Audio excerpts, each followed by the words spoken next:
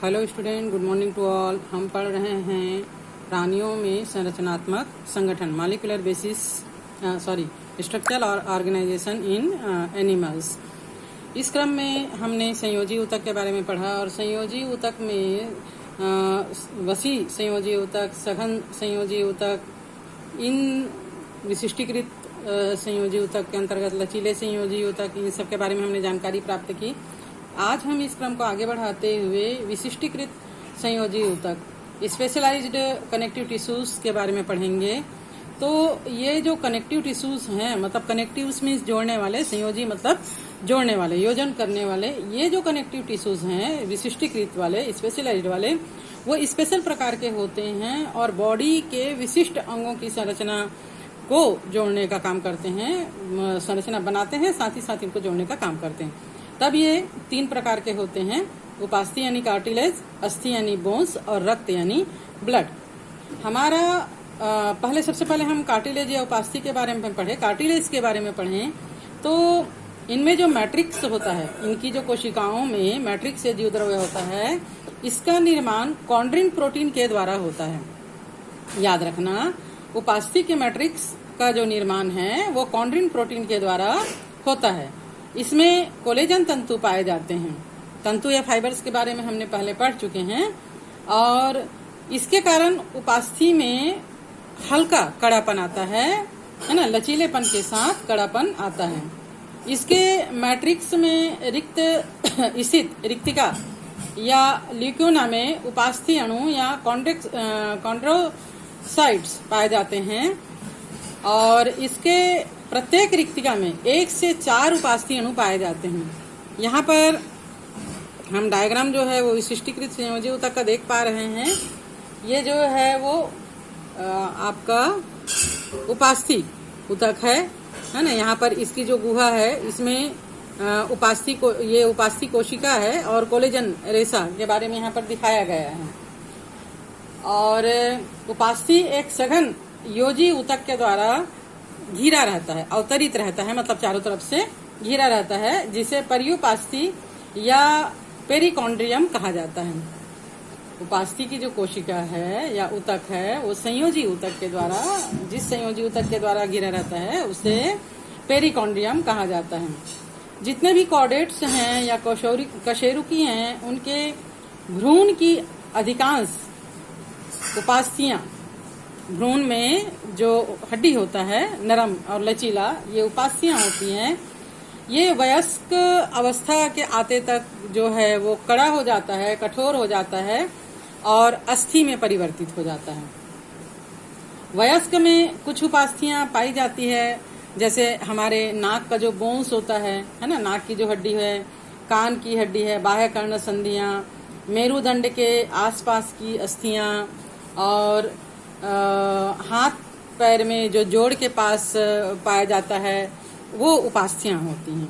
बाकी सभी जो है वो अस्थि, जो कड़ा है, कठोर है, वह अस्थि, और जो लचीलापन लिए हुए है, नरम है, वह उपास्थि। सिंपल भाषा में अगर आप उदाहरण के द्वारा समझना चाहें तो सेकंड स्ट्रक्चर है बोन्स यानी अस्थि। अस्थि में अधात्री यानी मैट्रिक्स का निर्माण जो है वो ओसिन प्रोटीन के द्वारा होता है। हमने भी पढ़े, उपास्थि में मैट्रिक्स का निर्माण कॉन्ड्रिन प्रोटीन के द्वारा होता है। अस्थि में मैट्रिक्स का निर्माण ओसिन प्रोटीन के द्वारा होता है। इसमें कोलेजन तंतु और कैल्शियम और मैग्नीशियम के लवण पाए जाते हैं। इसी की वजह से कैल्शियम, मैग्नीशियम और कोलेजन तंतु की वजह से जो अस्थि होता है या जो बोन होता है वो दृढ़ और कठोर हो जाता है। इसके मैट्रिक्स में सेकेंडरी वलय के रूप में उपस्थित रहता है, जिसमें पटलिकाएं या लेमिली होती है। अस्थि कोशिकाओं को अस्थैणु यानी ओस्टियोसाइट्स कहा जाता है। ये पटलिकाओं के बीच बीच में उपस्थित होता है और प्रत्येक ओस्टियोसाइट्स में एक बड़ा केंद्रक पाया जाता है और इस कोशिका की परिधि में अनेक अनियमित एवं शाखित प्रवर्ध भी निकले हुए रहते हैं, जो निकटवर्ती कोशिका के ऐसे ही प्रवर्ध से संबंधित हो जाते हैं। तब प्रत्येक ओस्टियोसाइट्स भी रिक्तिका में स्थित रहते हैं और अपने ही द्वारा अस्तरित रहते हैं, यानी घिरे हुए रहते हैं, जिसे पर्यास्थी कला या पेरिस्टेम कहा जाता है।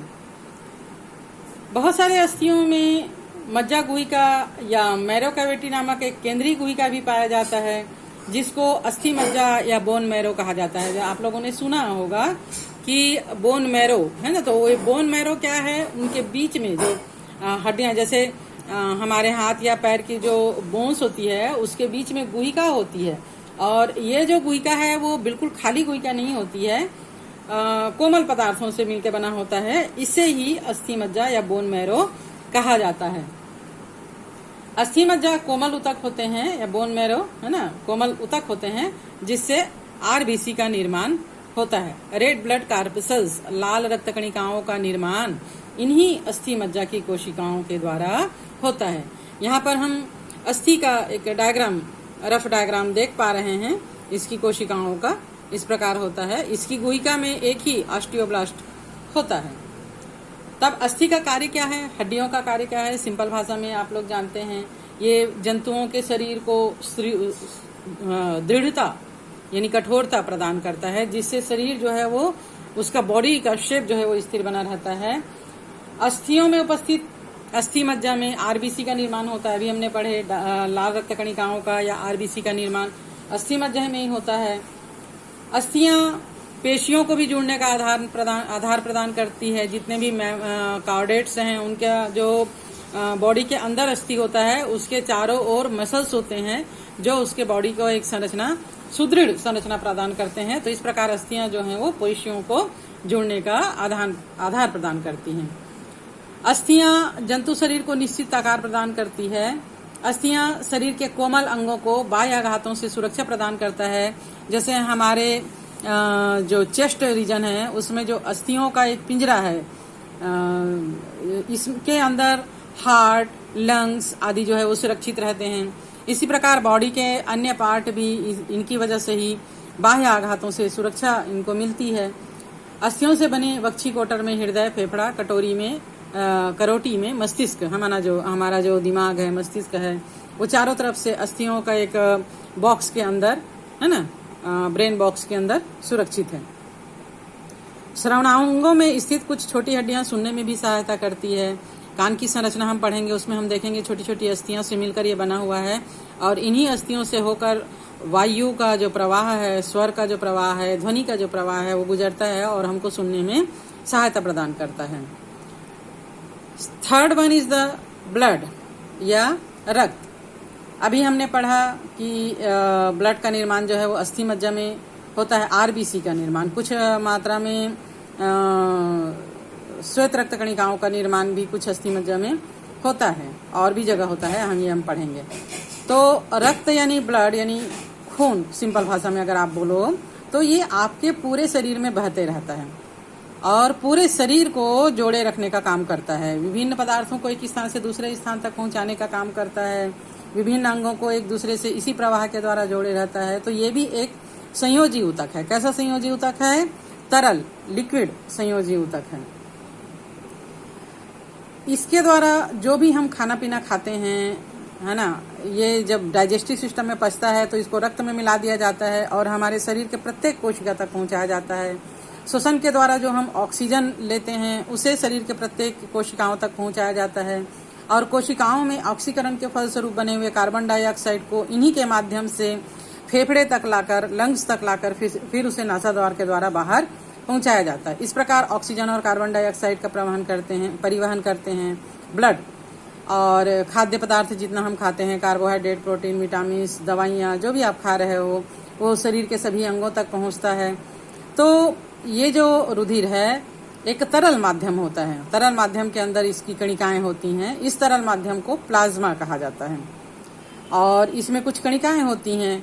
कणिकाएं 3 प्रकार की होती है, आरबीसी, डब्ल्यूबीसी एंड प्लेटलेट्स। यहाँ पर हम देख पा रहे हैं आरबीसी लाल रक्त कणिकाएं, डब्ल्यूबीसी श्वेत रक्त कणिकाएं और प्लेटलेट्स यानी पट्टिकाणु। 3 प्रकार की कणिकाएं होती हैं। बाकी जो है वो पानी की मात्रा यानी रक्त प्लाज्मा की मात्रा लगभग 50 to 55% जो है वो प्लाज्मा होता है पानी होता है, जिसमें विभिन्न प्रकार के कार्बनिक, अकार्बनिक अणु, भोज्य पदार्थ के अणु सभी इसमें घुले रहते हैं। और 40 to 45% जो है वो रक्त कणिकाएं होती हैं, 3 प्रकार के आरबीसी, डब्ल्यूबीसी और प्लेटलेट्स। रुधिर में केवल एक रेशा रुधिर प्रोटीन फाइब्रिनोजन होता है, और इसी फाइब्रिनोजन के कारण हमारे रुधिर में जब भी हमको चोट लगता है और रुधिर जो है वायु के संपर्क में आता है, तो उसमें थक्का जमकर वहां पर एक कवरिंग बना देता है, मोटी प्लेट बना देता है, जिससे रक्त जो है वो बाहर नहीं जम पाता। इस प्रकार रुधिर का थक्का जमने के समय फाइब्रिनोजन जो है वो प्रोटीन रेशे के रूप में अवक्षेपित हो जाता है और रक्त को बाहर जाने से रोकता है। तो आज हम इतना ही पढ़ेंगे। नेक्स्ट चैप्टर में हम पढ़ेंगे पेशी ऊतक के बारे में।